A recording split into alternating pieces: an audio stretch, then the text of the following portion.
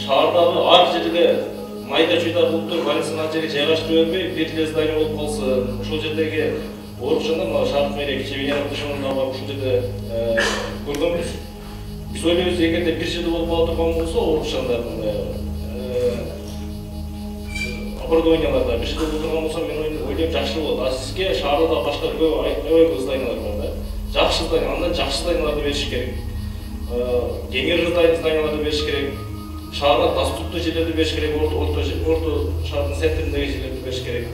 Ошентип маселени чечпесек болбойт да. Ошон үчүн кечээ биз бир отуруп кантип сүйлөшкөнбүз бул канчада.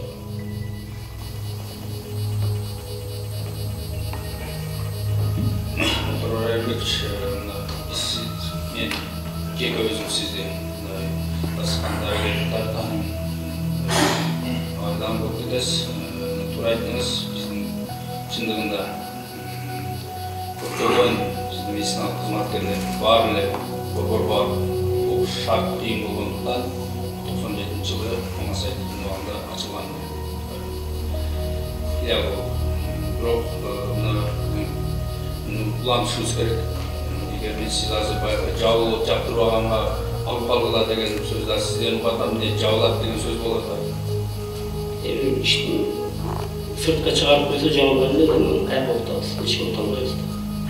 Жок, эми азыр мына депутаттар шарт депутаттан айтып кетти. Биз деле кечээ мен дагы ошол кайсыда тургам. Биринчи, мен таап туруп анан чыгыш керек. А жерде айтып аткан себеби мына сиз мен кечээ дагы айткам, Отор Айбек туура түшүнөт, анткени ооруларды көчөгө калтырбайт, ал киши өзү даштан хирург. Себеби мен кечээ чогулушта чогуу жүргөндө Семердин сөзүнөн, директордун сөзүнөн байкадым да, бир бөлүмдү бияка көтөрүп жылдырсак, бир бөлүмдү наркы зданияга жылдырсак деп, биз элди ар жака тепкилей беребиз. Мен айттым, андан көрө баарыны бир зданияга коюш керек. Раз ошол больницага деп курулду, ошондой шартта больница деп курулгандан кийин больницага алып кириш керек. Учебный корпусту башка жерден тапса болот деген ойду айттым. Мен дагы ошол позициядамын. Анткени мына өзүңүздөр, мына баарыңыздар ушул Ош шаарынын тургундарысыздар. Ар бирибиздин тууганыбыз бар ушул жерде жашайт. Бул оору бар болот. Биз кааласак, каалабасактан адам заты тирүү жан болгондон кийин оору болот.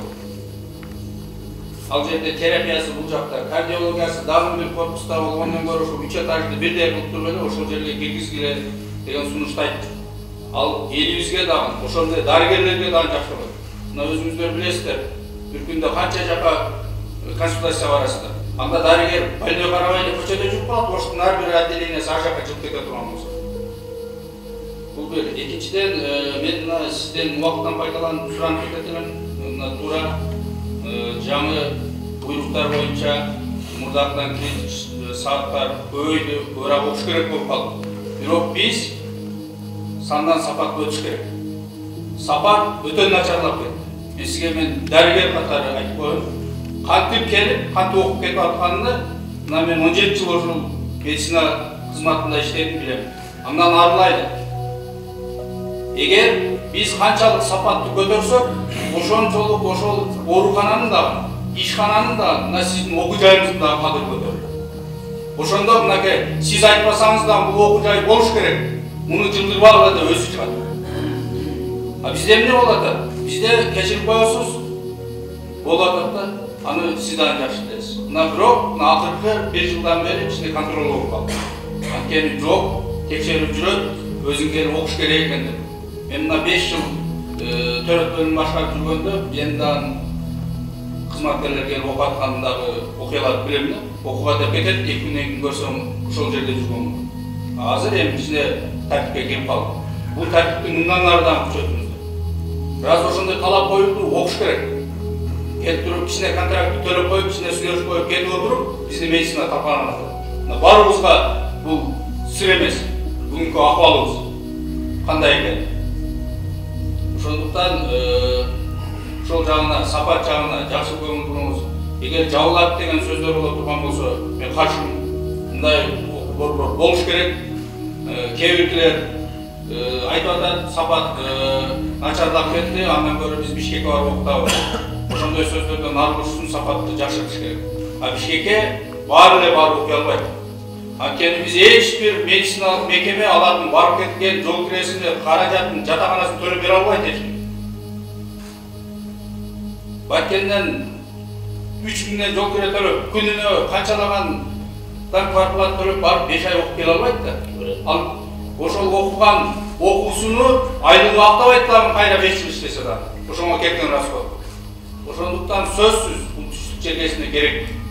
Себеби мына биздин мамлекетибиздин теңинен көбү түштүк чергесинде жайгашкандан кийин элдерибиз ошончолук дарыгерлер да ошончо көп. Ошончолук орто медицина кызматкерлери көп.